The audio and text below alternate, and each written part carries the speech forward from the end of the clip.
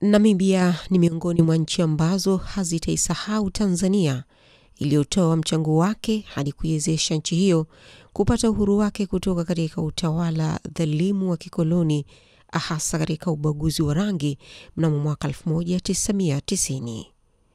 Huwezi kuzungumzia uhuru wa Namibia bila kuitaja Tanzania. Wakati huo, nchi hiyo ikiwa chini ya uongozi wa rais wa awamu ya kwanza hayati baba taifa Mwalimu Julius Nyerere, ilishiriki kikamilifu kwenye harakati za ukombozi katika nchi zilizoko kusini mwa Afrika. Hivi karibuni, taifa la Namibia lilipata pigo jingine kubwa baada ya takribani mwaka mmoja tu na siku 4 baada ya taifa hilo kumpoteza kiongozi wao hayati Rais Daktari Hage Geingob, ambaye alifariki dunia mnamo tarehe 4 mwezi Februari mwaka 2024. Na haikuchukua muda mrefu, taifa hili limekumbwa na msiba mwingine mkubwa wa kuondokewa na muasisi, baba wa taifa na rais wa kwanza wa taifa hilo la Jamhuri ya Watu wa Namibia. Hakika ni majonzi makubwa mno. Kwa kusema kweli, huyu ndio baba wa taifa wa nchi hii na ndio alioongoza harakati za ukombozi wa Namibia dhidi ya makaburu. Alikuwa rais wa kwanza kuanzia mwaka 1990 nchi ilipopata uhuru mpaka 2005. Kwa aliongoza kwa takriban miaka 15.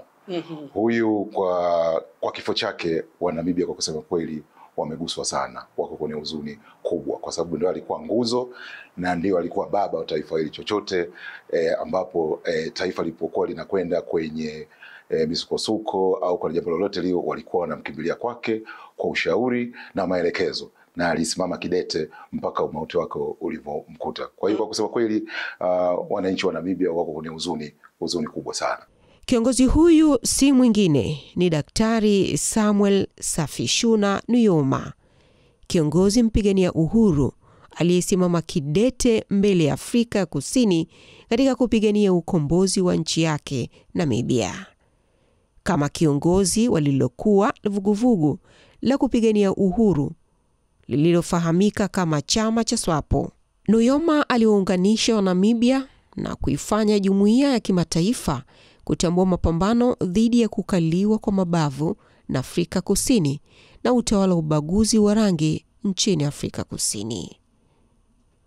Filosofia yake ilikuwa ni rahisi, ilijikita zaidi katika uhuru na utaifa, japo baadhi ya watu wanasema ilikuwa zaidi na uelekeo wa kimarxist. Siasa zake zilichochewa na hali halisi ya kukosekana ajira iliyokuwa haizingatii haki, na ufahamu wake uliongezeka kuhusu kampeni za kudai uhuru kote barani Afrika. Sam Nujoma, mwanamapinduzi aliyekomboa Namibia, aliheshimika na kufahamika kama baba wa taifa la Namibia na ishara ya mapambano ya kuikomboa Namibia. Maisha ya Sam Nujoma yalikidhi matarajio ya mtu mwenye hadhi kama yake kwa njia tofauti. Mbali na hayo, Sam Nujoma alitengeneza uhusiano mzuri sana na Tanzania. Mahusiano ya Tanzania na Namibia ni ya muda mrefu. Ni toka wakati wa muasisi wa taifa letu, hayati baba wa taifa Mwalimu Julius Kambarage Nyerere. Mwalimu alikuwa na sera ambayo ilikuwa ni sera ya taifa, kwamba nchi yetu haiwezi kuwa huru hadi pale nchi zote za Afrika zitakapokuwa huru. Kumbe wapigania uhuru kutoka kusini mwa Afrika walipata sana msaada kutoka kwa nchi yetu, kutoka kwa viongozi wetu. Na mmoja wa viongozi ambao walikuja Tanzania na Mwalimu akawasaidia alikuwa ni hayati Dr. Sam Nujoma. Dr. Sam Nujoma alikuja nchini, mimi hata sielewi, tumetumia karibu masaa 4 kwa ndege moja kwa moja kuja hapa. lakini wakati ule yeye alikuwa na penya akaibukia nchi. Na alipokwenda kwa mwalimu ndiye aliyemshauri kwamba aende Baraza Kuu la Umoja wa Mataifa New York kwenda kudai uhuru wa Namibia. Wakati ule ilikuwa inaitwa Southwest Africa, na ilikuwa inakaliwa na mchanganyiko wa makaburu, lakini pia Wajerumani, wakoloni wa Kijerumani. Na mpigania uhuru Dr. Sam Nujoma akamwambia mwalimu, sawa, wazo zuri, lakini nafanyaje? Sina uwezo kifedha, hata passport sina. Kwa hiyo mwalimu alimwahidi kwamba atamsaidia, na ndivyo alivyofanya. Kwa hiyo alipatiwa passport ya Tanzania, akaitwa Sam Mwakangali, mzaliwa wa Dodoma.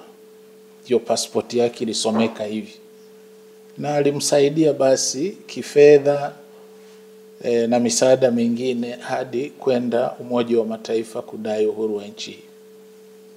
Kumbe kwa kweli nchi hii ya Namibia ni ndugu zetu. Tumechangia kama nchi katika kuhakikisha kwamba taifa hili nalo linakuwa huru. Na kwa hiyo baada ya hapo tumekuwa ni ndugu wa karibu, tukisaidiana chini ya Umoja wa Kusini mwa Afrika, Umoja wa Maendeleo Kusini mwa Afrika, SADC. Lakini vile vile tumekuwa tukisaidiana chini ya Umoja wa Afrika, African Union. Lakini vile vile tumekuwa tunaungana mkono sana kwenye masuala ya kimataifa kule Umoja wa Mataifa na taasisi nyingine zilizo chini ya Umoja wa Mataifa. Kwa hiyo ni ndugu zetu wa karibu sana. Karibu sana, na bahati njema ndugu zetu wa Namibia huru wanatambua hilo na wanatoa fursa ya pekee sana na heshima kwa Tanzania kwa kutambua mchango mkubwa ambao ndio uliopelekea nchi hii kupata uhuru, na viongozi wote wa nchi hii ambao walimfuata Dr. Sam Nujoma wameendeleza ushirikiano huo na nchi yetu vizuri sana. Na viongozi hawa wanaikumbuka Tanzania sio tu kwa msaada waliopata kutoka kwa serikali zote, lakini pia mambo mengi walifanyia nchini kwetu. Kwa hiyo kwa mfano, mkutano wa kwanza wa Chama cha Ukombozi wa nchi hii, SWAPO, ulifanyika jijini Tanga. Na viongozi wengi waliopo hivi sasa katika taifa hili wanajiita the Tanga Group. Lakini viongozi hawa pia wakiwa wapigania uhuru wameishi nasi nchini Tanzania katika sehemu mbalimbali. Wengine walikuwa Kongwa, na hayati Dr. Sam Nujoma aliishi Kongwa, na chumba alichoishi pale bado kipo, na yeye mwenyewe aliweka picha kubwa sana ya Mwalimu pale chumbani kwake. Na nimetaarifiwa na balozi wa Namibia nchini Tanzania kwamba sasa wamekubaliana wakigeuze kile chumba kuwa ni kumbukumbu mahususi na wakitengeneze kwa ajili ya kumbukumbu na historia ya ukombozi wa nchi hii.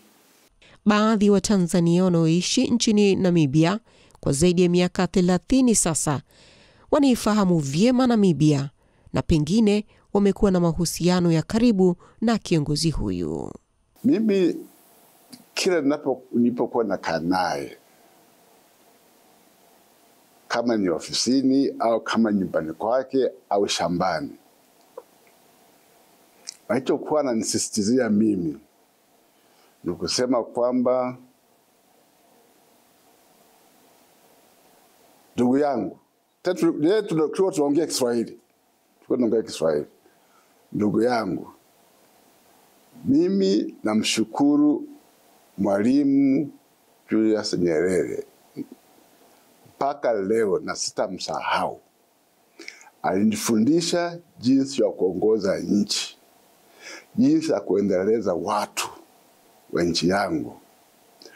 Nyinyi mpo hapa, tunawaomba mtusaidie kila mnapoweza kwa hali na mali, tuweze kuinua nchi yetu, tuweze kuinua kilimo. Ni kweli nilikuwa na mshauri hapo na pale, lakini mara nyingi nilikuwa naenda na wataalamu wangu kukaa naye ili waweze kumpa mawazo mazuri ya kilimo. Mpaka sasa bado umenitikisa, sababu ni mtu mmoja ambaye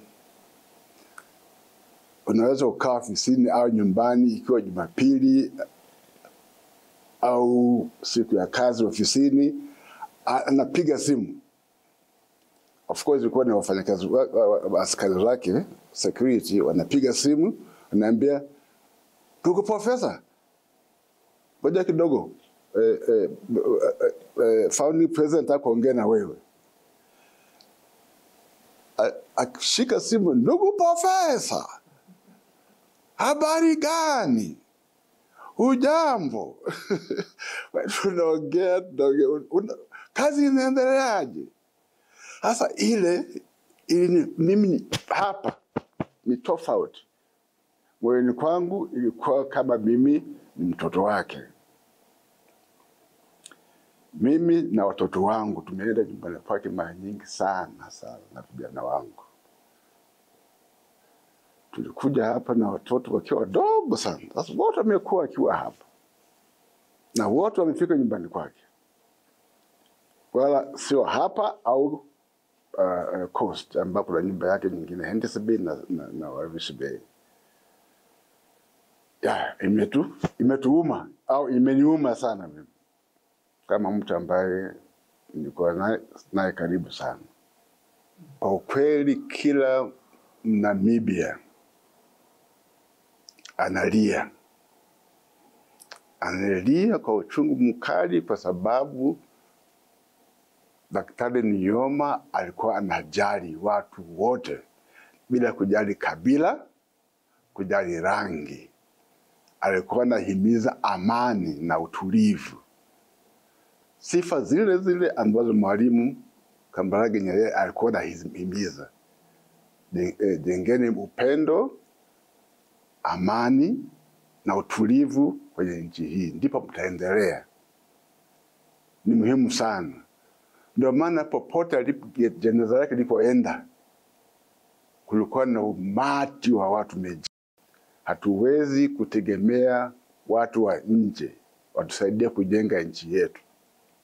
Hawatajenga. Wao wako hapa wakiwa na nia zao za kula mali zetu na kutuibia. Alikuwa anasema afichi. Kwa hiyo tujitahidi, tujitegemee, kwa sababu na utajiri wote upo. Nchi zote za Kiafrika na utajiri wote, lakini tumeshindwa kujiamini na tunadhani tutaendelea kutokana na misaada, kitu ambacho haitawezekana. Na particularly Rais Sam Nujoma ulikuwa ni mzuri sana.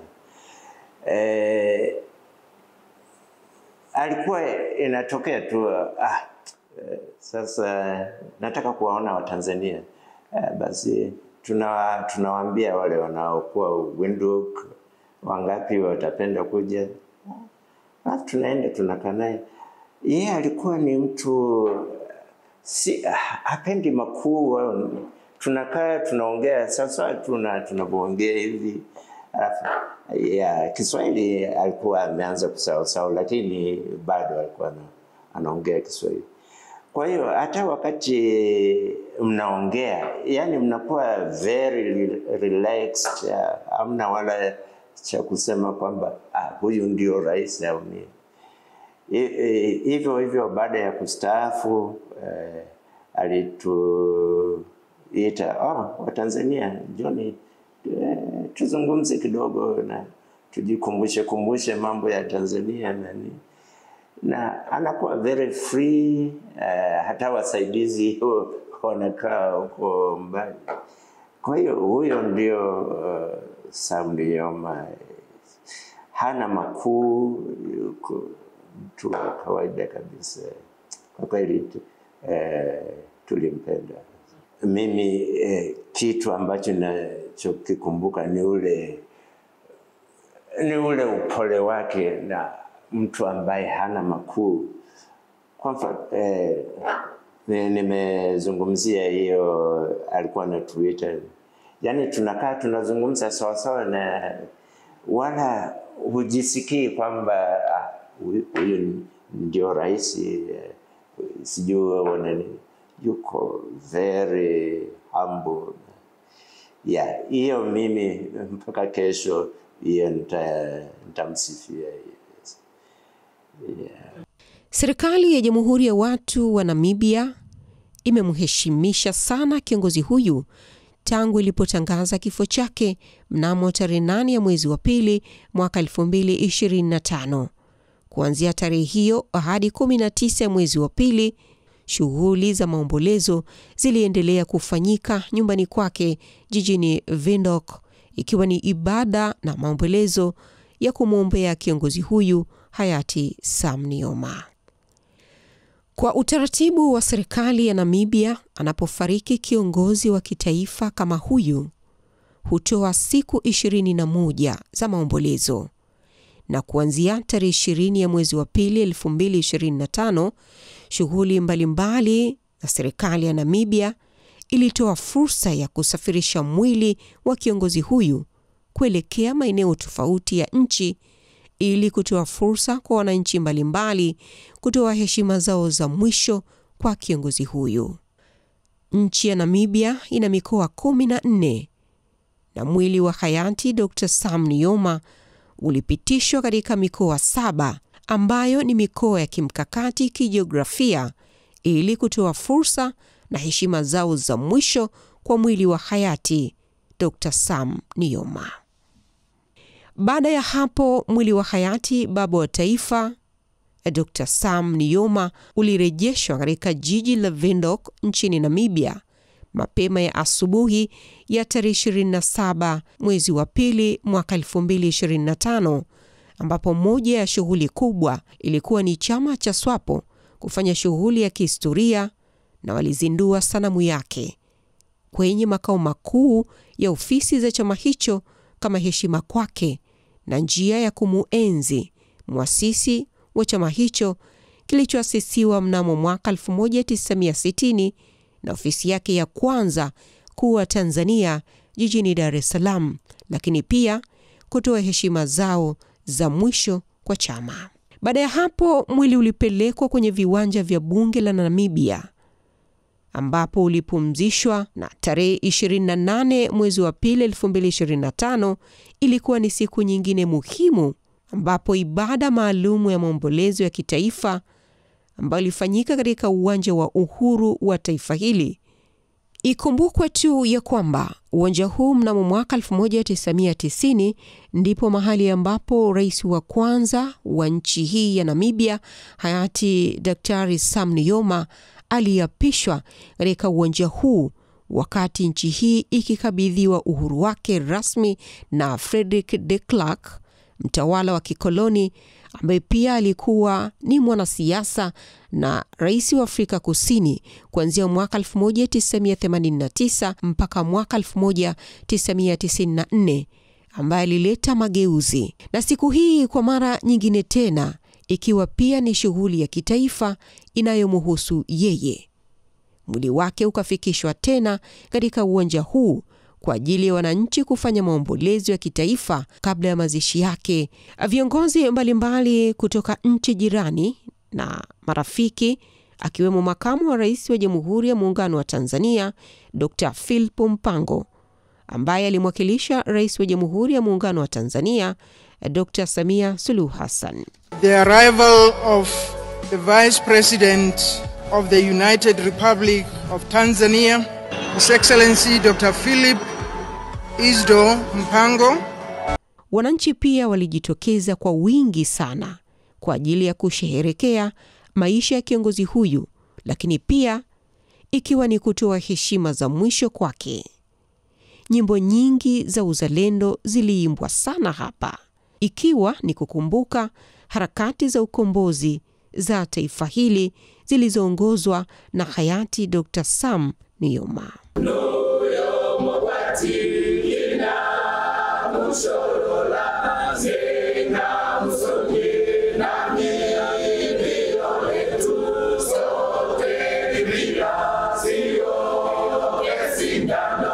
Hali ya uzalendo na utaifa katika siku hii vilionekana kutoka kwa wananchi waliofika katika uwanja huu kwa kupeperusha bendera ya taifa hili. Wengine walijipanga barabarani kwa wingi, barabara ambazo mwili wa kiongozi huyu ulipita. Sio wote waliweza kufika katika uwanja huu wa taifa.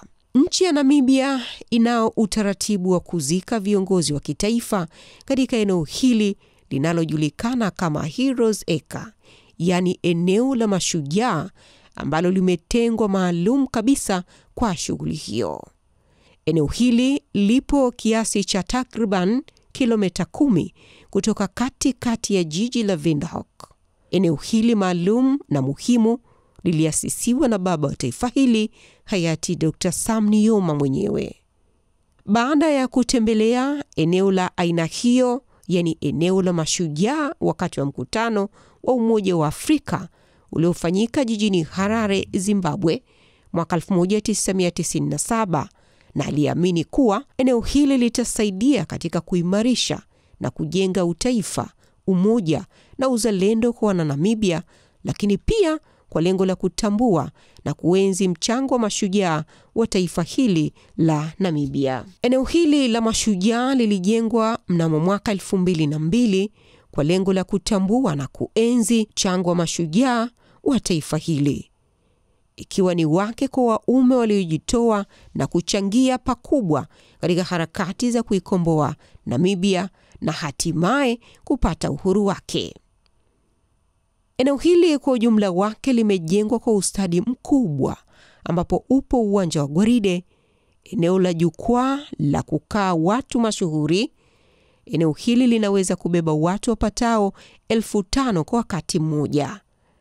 Mnara mkubwa unaoweza kuonekana ukiwa mbali, sanamu kubwa ya askari inayoashiria askari waliolala hapa, iko kiasi cha mita 8 kwenda juu.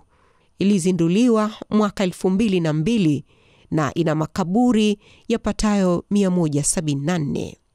Gharama za ujenzi huu ni kiasi cha dola za Kimarekani zipatazo milioni 60. Hakika panavutia sana, kwani panatunzwa vilivyo. Wananchi mbalimbali walijitokeza kwa wingi pasipo kujali jua kali kwa ajili ya kumpumzisha kiongozi huyu, wakiongozwa na Rais wa Jamhuri ya Watu wa Namibia Dr. Nangolo Mbumba na viongozi wengine wa juu wa serikali ya Namibia. Viongozi mbalimbali pia kutoka mataifa mengine nao walifika hapa kushiriki mazishi ya kiongozi huyu. Katika mazishi haya, kiongozi huyu alizikwa kwa heshima zote za kijeshi, kwani kumbukwe kuwa kiongozi huyu ndiye aliyekuwa amiri jeshi mkuu wa kwanza na rais baada ya taifa hilo kujipatia uhuru mnamo mwaka 1990.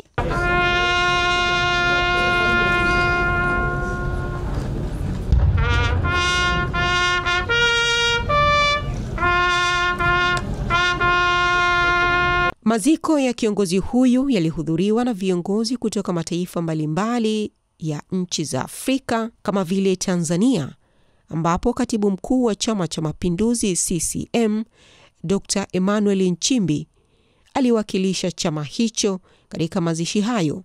Daktari Sam Safishuna Nujoma anakumbukwa kwa mafanikio makubwa aliyoyafanya kama kiongozi wa nchi yake.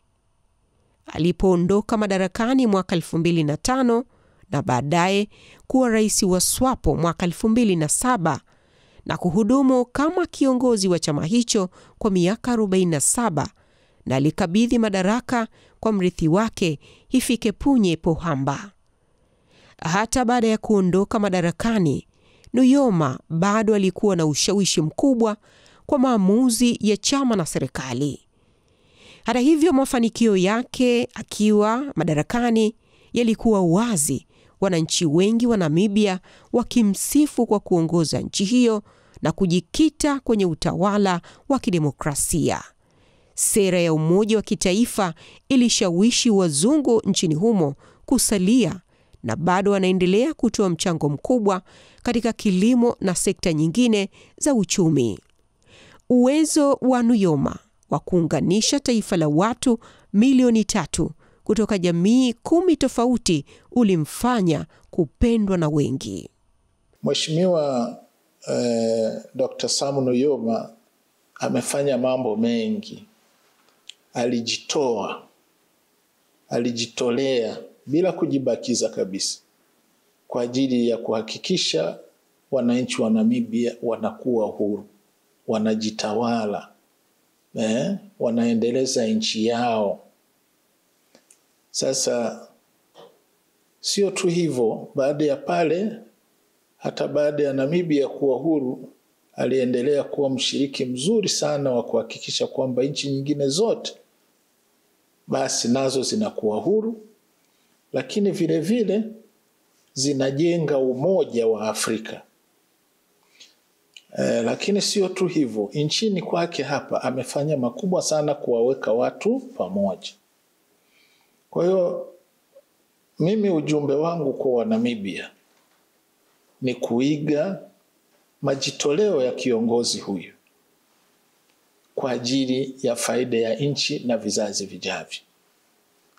Huu ni mfano moja mzuri sana ambao watu wengi, baadhi ya viongozi unakuta ubinafsi na kujisahau, lakini yeye alijitoa ili wananchi wenzake wa Namibia waweze kutembea kifua mbele katika taifa lao. Uzalendo, umoja na mshikamano, lakini bila kusahau kwamba hata Namibia ingekuwa namna gani, nzuri namna gani, lazima tuende pamoja, tutumie nguvu ya umoja wa wananchi wote wa Afrika. Kwa haya ni mafunzo makubwa ambayo ningependa sana wananchi wa Namibia na hata sisi nyumbani wa Tanzania tuyashike. Dr. Sam Nujoma anakumbukwa kwa haiba yake na maono yasiyoyumba, akiwa baba si tu kwa familia yake bali kwa taifa zima. Hakika shujaa namba 1 kama wana Namibia wenyewe wanavyomuita, na mwana mapinduzi, mwana majumui, muasisi na rais wa kwanza wa Jamhuri ya Watu wa Namibia amelala, na hakika hata amka tena, na ndiyo safari yake ya mwisho. Dr. Sam Shafishuna Nujoma amefariki dunia akiwa na umri wa miaka 95.